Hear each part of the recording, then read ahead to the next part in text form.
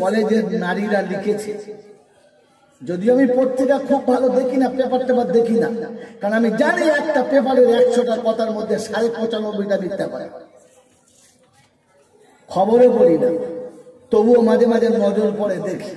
লিখেছে পৃথিবীর কানুনে যদি নারীকে অনুমতি দেওয়া হতো যে তার বাপ মাকে সে তার কাছে রাখবে, তাহলে পৃথিবীর কোন পিতা মাতাকে বৃদ্ধাশ্রমে যেতে হতো না। আমার মনে মনে হলো, ওরে মা, তুই কত বড় কথা বলেছিস, তোকে পেলে একটু আদর করতাম। কারণ পৃথিবীতে আজ এখনো পর্যন্ত সন্তানের কাছে বাপ মা আদর পায় না, যত্ন পায় না, কিন্তু কন্যার বাড়িতে গিয়ে এখন একটু শান্তি পায়। হ্যাঁ না? জোরে বলে। তো সে মেয়েটি লিখেছে যে পৃথিবীর কানুনে যদি মেয়েকে অনুমতি দেওয়া হতো তার পিতা মাতাকে সাথে করে নিয়ে যাওয়ার, তো তাহলে পৃথিবীর কোন পিতা মাতাকে বৃদ্ধাশ্রমে যেতে হতো না। লাইনটা আমি কেটে দিয়ে নিচে লিখলাম যে পৃথিবীর প্রত্যেকটি বউমা যদি শ্বশুর আর শাশুড়িকে নিজের পিতা মাতার মতো কোলে তুলে নিত, তাহলে জীবনে কোন শ্বশুর শাশুড়িকে বৃদ্ধাশ্রমে যেতে হতো না। কারণ ওই মেয়েটির কাছে এই শিক্ষাটা ছিল না যে শ্বশুর শাশুড়িকে যদি আদর করে, ওই মুসলমানের ছেলে তোমার মনে রাখা দরকার ছিল যে তুমি যে মায়ের কোল থেকে এসেছো তার কাছে কোনো বউ আছে, তাই ছেলে পিতার হক পেত আর বউ আর নিজের হক আদায় করে দুজনে জান্নাতি হতো। তোমার কথার মধ্যে একটা শিরকের গন্ধ ছিল, একটা পাপের গন্ধ ছিল, যে যেখানে তুমি তোমার মা বাপকে রাখতে আর সন্তান তার পিতা মাতার খেদমত থেকে বঞ্চিত হতো। মেরে মতন দুষ্টন বুজুর্গ আল্লাহ ওয়ালা ভাইরা, বড় বেদনার সঙ্গে দুঃখের সঙ্গে ভেতর থেকে কথাগুলো বলতে বাধ্য হচ্ছি, কারণ জাতি আর অধঃপতন অতল তলে চলে যাচ্ছে। চাইতে ছেলে মেয়ে আরো বেশি শিক্ষিত হোক, আরো বড় বড় হতে চলে যাক। হ্যাঁ না?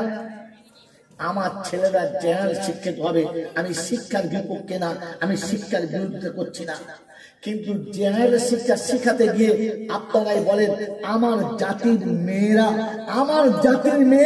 আজ কোর্টে দাঁড়িয়ে চিৎকার করে বলছে যে আমি প্রাপ্ত বয়স্ক হয়ে গেছি, আমি এবারে যে কোনো জাতির ছেলেকে আমার পার্টনার মেনে নিতে পারি, আমি আর পিতা মাতার কথা মানবো না।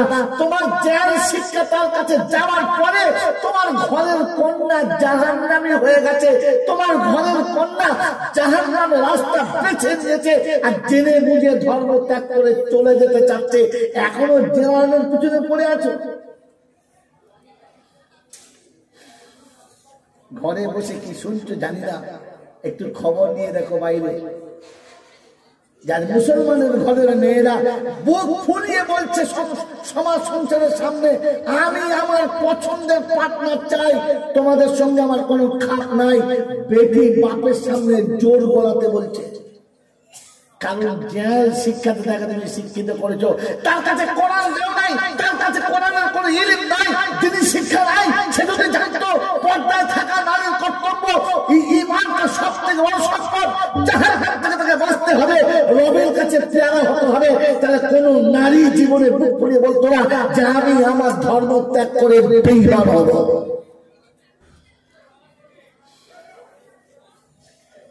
আপনার জেনারেল শিক্ষিত, আপনি আপনার মেয়েকে একটা গায়ের কমের হোস্টেলে রেখেছেন এডুকেটেড বানাতে, জানেন আপনি আপনার কন্যাকে জেনে বুঝে ওই রকম দেহ বিক্রি করা হোস্টেলে পাঠিয়েছেন যেখানে অবাধ চিত্তে দেহ বিক্রি হবে, করার কিচ্ছু থাকবে না।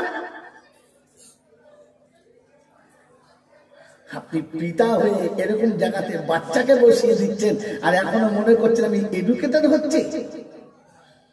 বিবাহের আগে আপনার কন্যা কয়েকটি বাচ্চার মা হয়ে করে বাড়ি আসছে, খবর চলতে গেছে, বাচ্চাকে এডুকেটেড বানাচ্ছেন।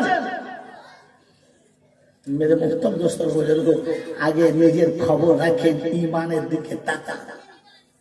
কারণ যে হোস্টেলে আপনার মেয়েটা পড়ে সেখানকার কোনো বাচ্চা জানে না জেনা করা কত বড় পাপ, সেখানকার কোনো বাচ্চা জানে না যে আমাকে এর জন্য হিসাব দিতে হবে, সেখানকার বাচ্চা জানে না যে আমাকে রবের সামনে দাঁড়াতে হবে, সেখানকার বাচ্চা জানে না কবে আমার করে ফেলতে হবে, সেখানকার বাচ্চা বাচ্চা জানে না যে আমাকে আমার রবের সামনে দাঁড়ালে এটা অন্যায় বলে মনে হবে। সে জানে আমার যৌবন আগুন যখন জ্বলেছে নিবারণের জন্য বোঝার জায়গা রেখেছে, আমার যৌবনের আগুন তো ওই কষ্টে ঢেলে দিই বাস। সে জানে কুত্তার আগুন লাগা যেমন ঢেলে দেয়, গরু মোষের আগুন লাগা যেমন ঢেলে দেয়, জীব জন্তু যেমন ঢেলে দেয়, আমিও তেমনি একটা প্রাণী, আমার আগুন জ্বলেছে এখন আমি ঢেলে দেবো বাস।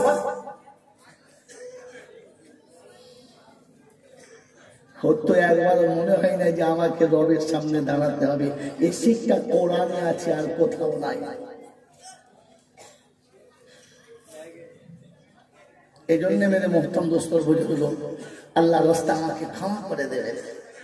রাসূলের কারখানায় বসেছে, আল্লাহকে ভালোবাসেন, রাসূলকে ভালোবাসেন, ইসলাম আপনাদের কাছে পছন্দের, হ্যাঁ না বলেন? ইসলাম পছন্দের, জোরে বলেন, সত্যি বলেন। ইসলাম পছন্দ করেন, করেন আপনারা সবাই পছন্দ করেন? বিয়ের দিনে যে পোশাক পরে বসে আছেন, এইরকম প্যান্ট শার্ট পরে কে কে বিয়ে করতে গেছেন হাত তোলে? একজনও জান নাই। বিয়ের দিনে কি পরে গেছেন? বড় পাঞ্জাবি, একটা ভালো পায়জামা, হ্যাঁ না বলেন? মাথায় একটা সুন্দর টুপি কিংবা পাগড়ি, এটা দিয়ে বিয়ে করতে গেছেন তো? জোরে বলেন, এটা ইসলামিক পোশাক না অনইসলামিক? জোরে বলেন, আর কথা বলে ইসলামিক। এটা পছন্দ করেন তো, তাই তো পরে গেছে, হ্যাঁ না বলেন?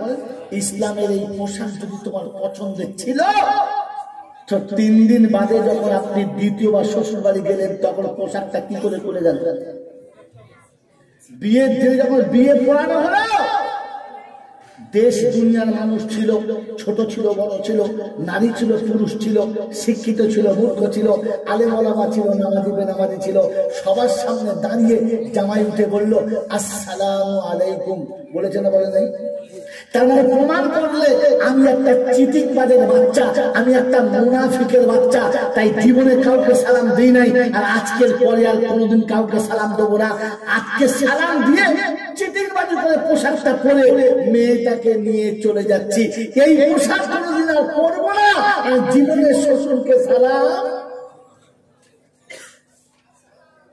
বিয়ের দিন তো সালাম দিয়েছে, তারপরে জীবনে কখনো শ্বশুর বাড়ি ঢুকে শ্বশুরকে বলেছে আব্বা আসসালামু আলাইকুম? বলেছে? বলেন বলেছে?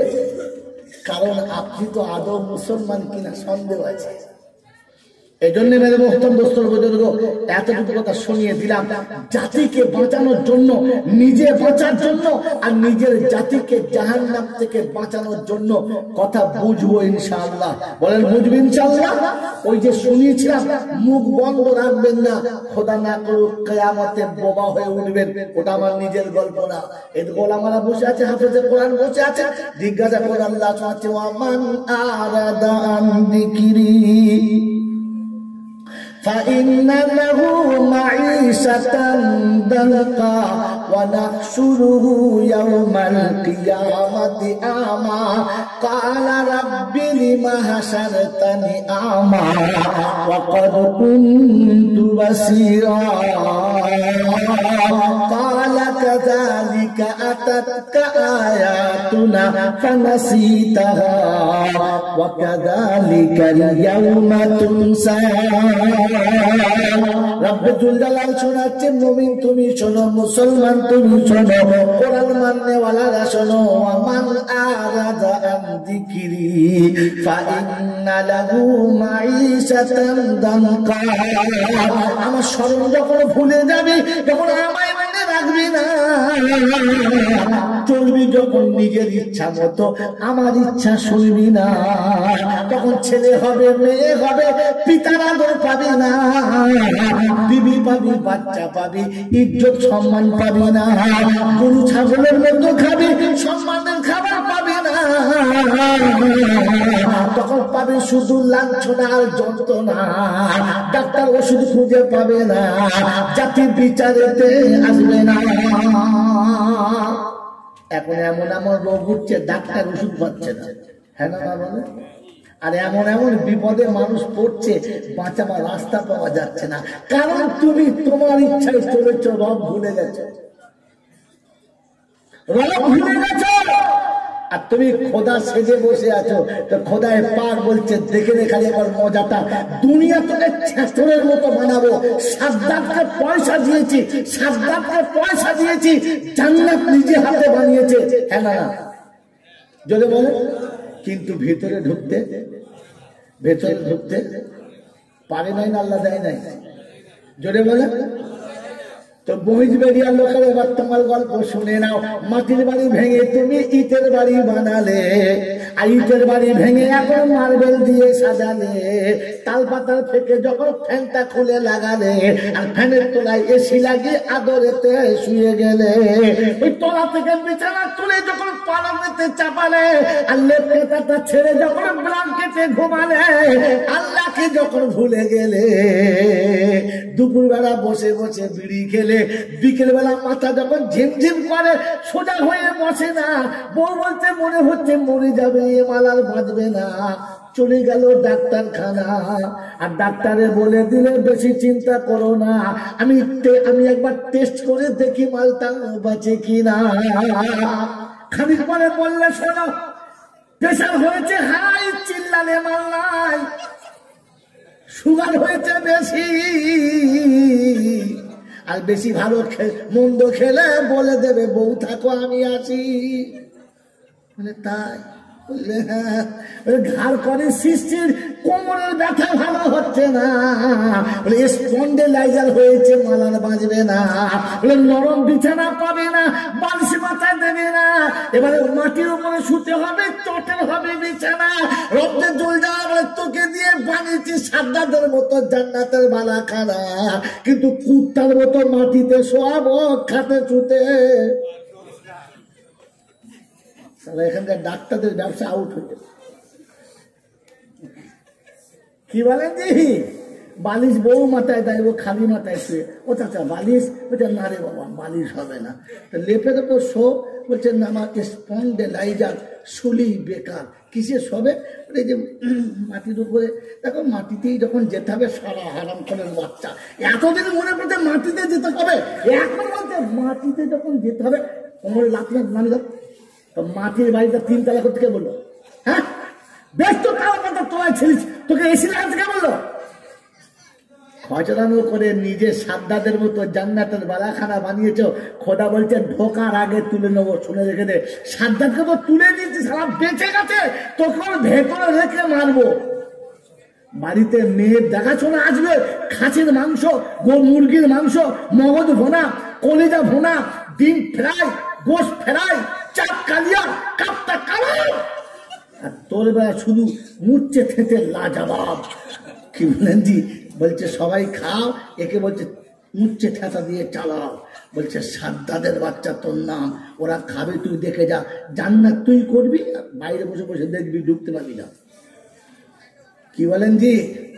হ্যাঁ, আগে তোমাদের বইজ বাড়ি আসি, আমাদের দোকান আছে না, কি দোকান আছে না, খুব সুন্দর দোকান, মিষ্টি কি দাম, খুব ভালো দাম, কি দোকান? বইজ বাড়ির মিষ্টি দোকানের নাম কি?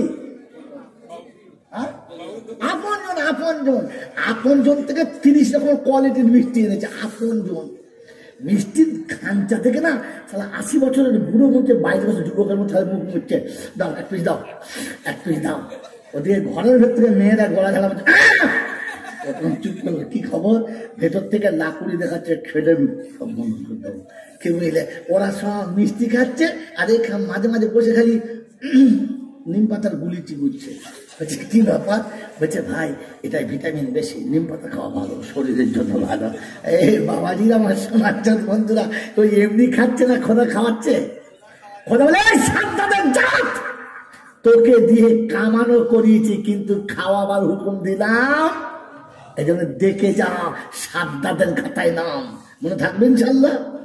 মনে থাকবে ইনশাল্লাহ? আল্লাহ লাখো নিয়ামত থাকার পরে যে খেতে বসে খেতে পারে না, আমার তো চোখে পানি আছে, মনে হয় রব্বানা তুমি ওকে সাদ্দাতের খাতায় তুলে দিয়েছো, জান্নাতের বালাখানা দিয়েছো, কিন্তু খাবার অনুমতি দিলে না, জান্নাত বানিয়ে দিয়েছো, কিন্তু ভোগ করার অনুমতি দিলে না।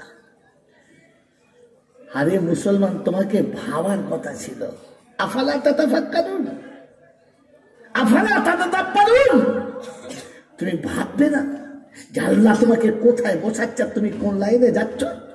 বাবাজি, মনে থাকবে ইনশাল্লাহ, থাকবে ইনশাল্লাহ। তাই